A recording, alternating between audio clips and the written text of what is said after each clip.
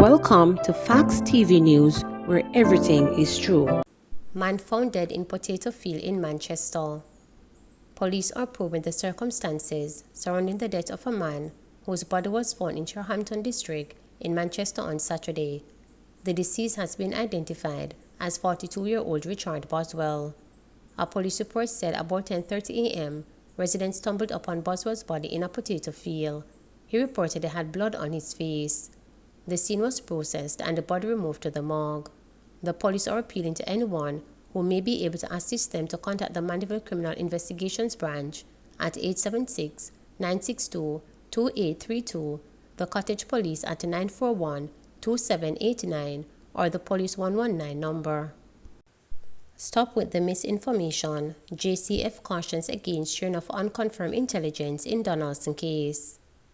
The Jamaica Constabulary Force JCF is cautioning persons against being misled by misinformation online in relation to the disappearance of social media influencer Donnelly Donaldson. The warning comes amid a torrent of rumors and allegations being posted across various social media platforms in relation to the missing of the 24-year-old. Donaldson has been missing since July 13. Senior communication strategist in the Constabulary Force, Dennis Brooks, says precious time is being consumed responding to falsehood being spread online. He says most of the information being shared online is harmful to Ms. Donaldson's relatives.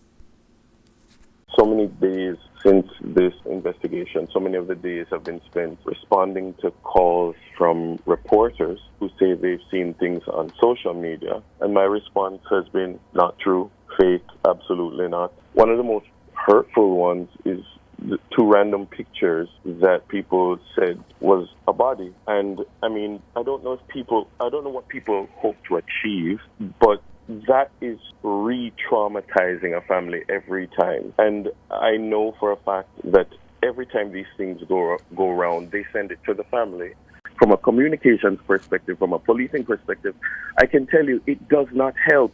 First of all, you're bombarded with all kinds of information. Some days we're literally spent chasing false leads in missing persons investigations. I'm not speaking specifically of this one. I mean, when we speak of Canis Jackson, Jasmine Dean, Miss Dawkins from Clarendon, this one as well, and many others, we investigated since this year over 850 missing person investigations. Some of the times you're being sent on a wild goose chase. A number of mistakes were made. Sports analysis says Brianna Williams should have started the women's 4x100 meter relay. Sports analyst Leighton Levy says Jamaica had an outstanding performance on the World Athletics Championships despite the challenges. Jamaica secured 10 medals at the game and came away in third place. Injuries prevented Hans Department from potentially winning the 100 and 10 meter hurdles for men. I think lack of preparation and bad strategy caused Jamaica a gold medal in the 4x1 women. And I had projected that one of our male sprinters would have ended up on the podium in the 100. Beyond that, I thought it was a very outstanding performance of the Jamaican team, given that we saw Sherika Jackson run the second fastest time in history over 200 meters, 21:45, a time that I also projected. We saw Shelley Fraser-Price win her fifth world title, unprecedented, never been done by any other athlete in a running event in the history of the World Championships since what started in 1983. And overall, when you look at what Brittany Anderson did last night, new national record of 12:31 in the semifinals. It's easy to stay here in Jamaica and make assessments about what goes on in the camp, but I think a number of mistakes were made by the coaching staff here. And I will stand by that comment even when I speak to them when they get back to Jamaica.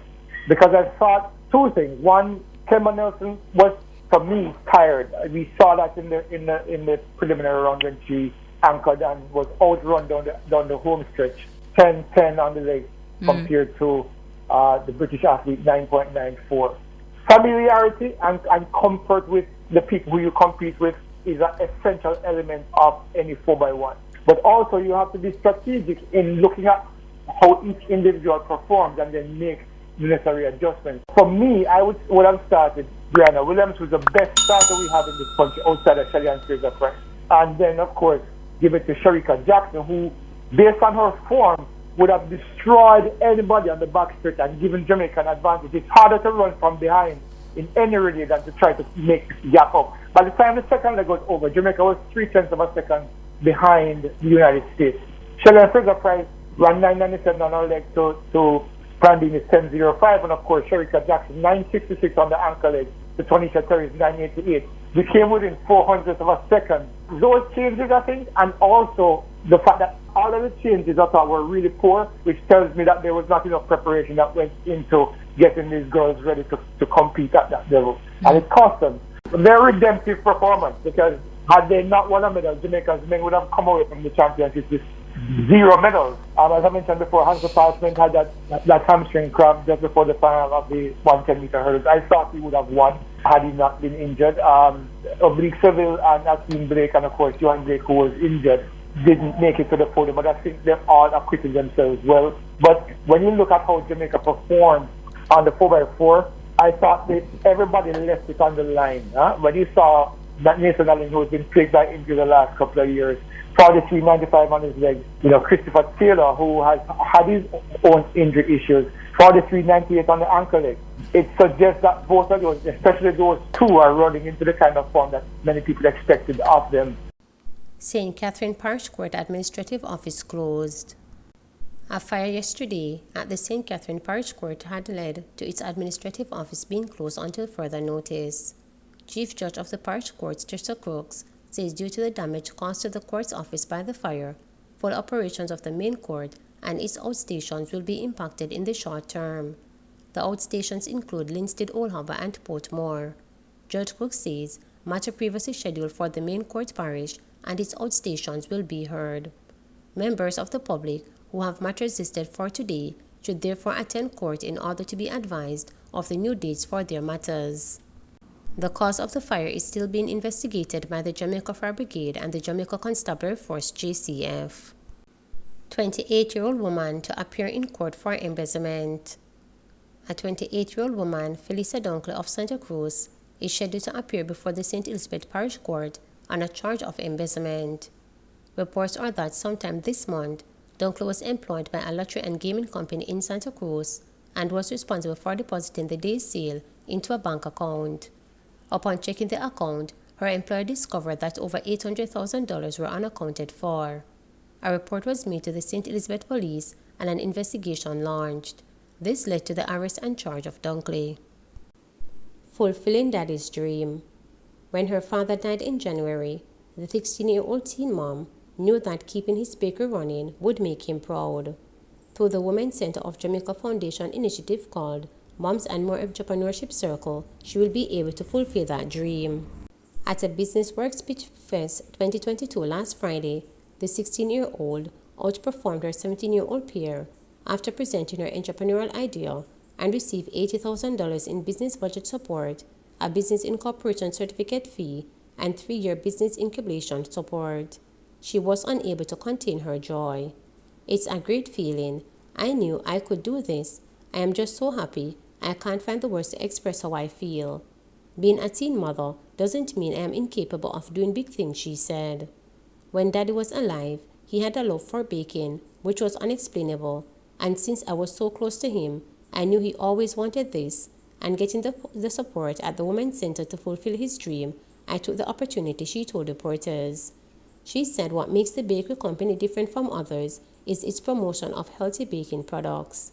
The slogan is, "Healthy has never been sweeter," will be used in honey instead of sugar, cauliflower flour instead of white flour, lemon juice and baking powder instead of yeast, she said, noting that the bakery makes products such as cupcakes, muffins, and bread. You won't be watching your weight or your calorie intake. We cater for our customers' health and wellness and happiness, she added. The teen mom, who wishes to become a lawyer, said when the business resumes operation in the next 2 years, it will help to fund her studies. Her business coach, Denise Saunders, said she admires her persistency. I have one of the best experiences coaching her. She is willing to learn, open to suggestions. She is a thinker and she is driven. I am going to continue to guide and motivate her and get that dream realized. I am looking forward to her tremendous success, said Saunders.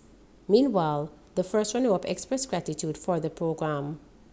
The 17-year-old teen, who has planned of enhancing her grandparents' shoe and bag repair business, received $50,000 in business budget support, business incorporation certificate fee, and 3 years business incubation support. It helped me to get out of certain issues, talk about my past without feeling hurt, because there's nothing to feel hurt about. They helped me to understand business and show me a lot of love, she said. I don't think I'll ever be in anything else and think about giving up when I know I am a champion, she said. The MOMEC was developed through an arrangement with Business Working Management Consultant and Global Entrepreneurship Network startup HUD program, which operates in several countries. The teen moms receive instruction in a number of disciplines, including personal entrepreneurial characteristics, business startup management, and startup operation. Other partners for the program are University of the Commonwealth Caribbean, Development Bank of Jamaica, and Bob Marley Foundation. Please remember to subscribe, like, share, and click the notification bell for daily updates.